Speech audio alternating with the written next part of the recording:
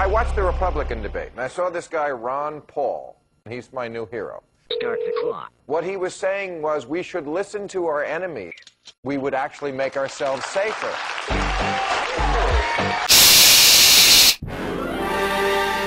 Aw, shit. He's gonna kick your ass. Introducing one bad motherfucker. The stickiest, most gangsta ganja man all around this town. Butthead. Fuck your mama. That's right. Butthead. Get this little bastard right now at your local retailer or headstoys.com.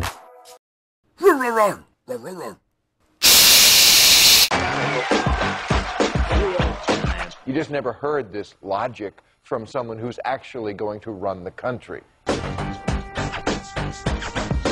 Got Ben Affleck here. They're screaming for Ron Paul.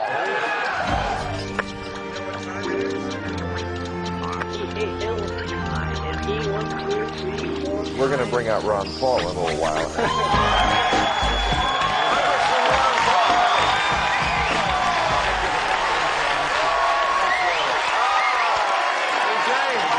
And Ben Affleck.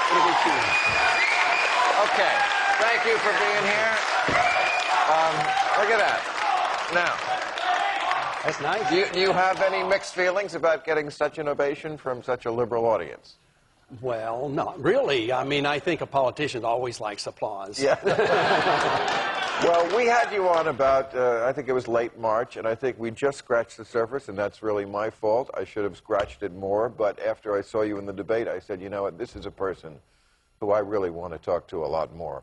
There's so many things I want to ask you, but I know you just got back yesterday. You were in Washington at the National Press Club, and I thought this was great. You presented Rudy Giuliani, I guess he wasn't there, but with a reading list. Right.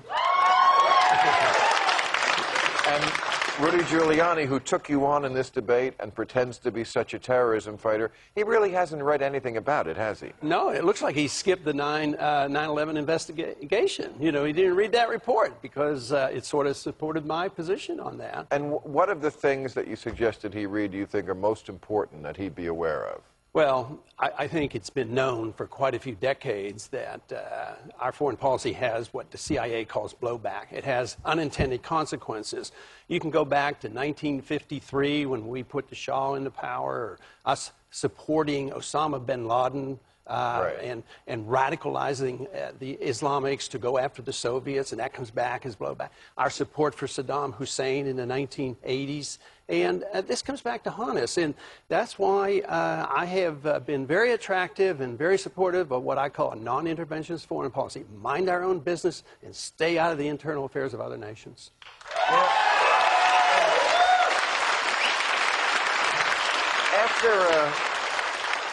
right after 9/11, I remember when we finally, you know, television shows got back on the air. Of course, I got fired.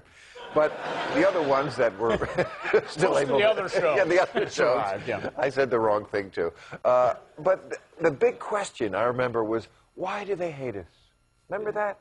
We had about a week where we were all, why do they hate us? And then we just forgot that and went, they're evil. They're evil, we're good. We don't. Why do you think America is so dumb? Was it always this dumb? I hope not all of us. No, not all of us. We're Americans. Yes, right. But how do you get the smart America? I mean, come on. I mean, if America was a smarter country, wouldn't you be leading in the polls? Let's hope so. And that plus, if you can raise $100 million, you know, money talks these days. So. I've said before that, you know, when you're dealing with somebody who is your enemy, and we do have an enemy, but I wouldn't call them terrorists. I would call them Muslim fundamentalists. I don't think everyone who attacks us is a terrorist, certainly not in Iraq. But you have to either make them fear you or love you. You know, it used to be America was loved around the world. We gave up. I don't know when was that? I think Are you 1777. About a year. When Kennedy went anywhere around the world, he was beloved. Even Jackie that they liked. Clinton, when he went around the world, was beloved. people were in love with him, and he liked some of them too. I think what we should look for is respect. That's what we need, and that's what we don't have.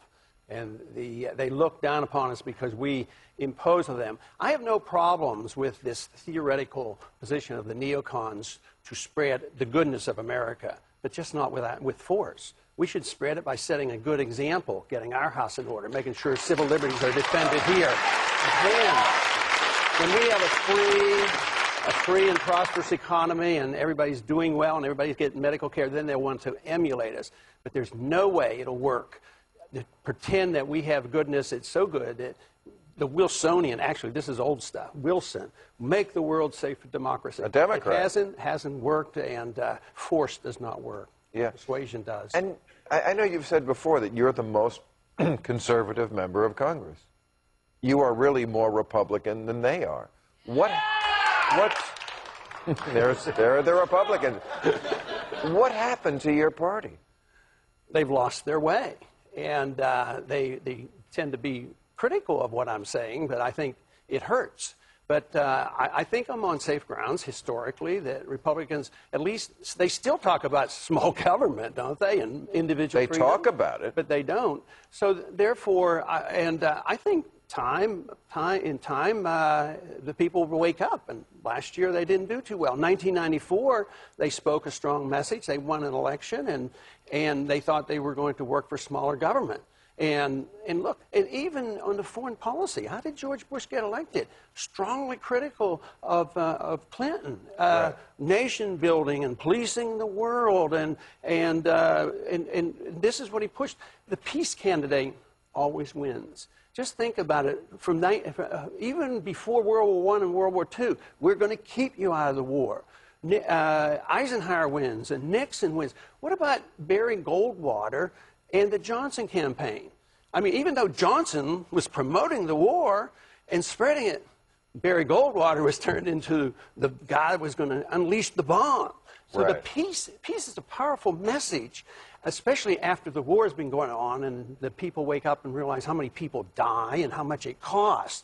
And that's why I think the people are really ready for a message that says we don't have to be in this mess. Logic tells us that we can make a better world in a much easier way than causing wars. Well, I hope you're out there delivering it. I know that some people have tried to get you out of the Republican debates, right, and to just make you go up to the blackboard and write 1,000 times they hate us for our freedom.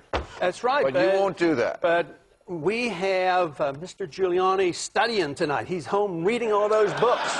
And he's going to come back and he's going to apologize to me. And he's going to say, I'm sorry, Ron, I just didn't know that that's the way foreign policy works. I didn't even know that you just can't blame Americans for our foreign policy, that it's the policy that's at fault. It's not the fault of the Americans who are victimized by these evil, monstrous, murderous people who come over and kill us.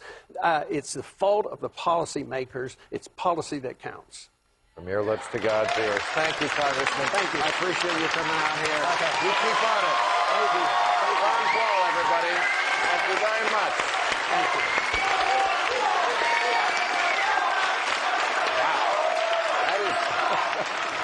That is the most applause a Republican ever got around here.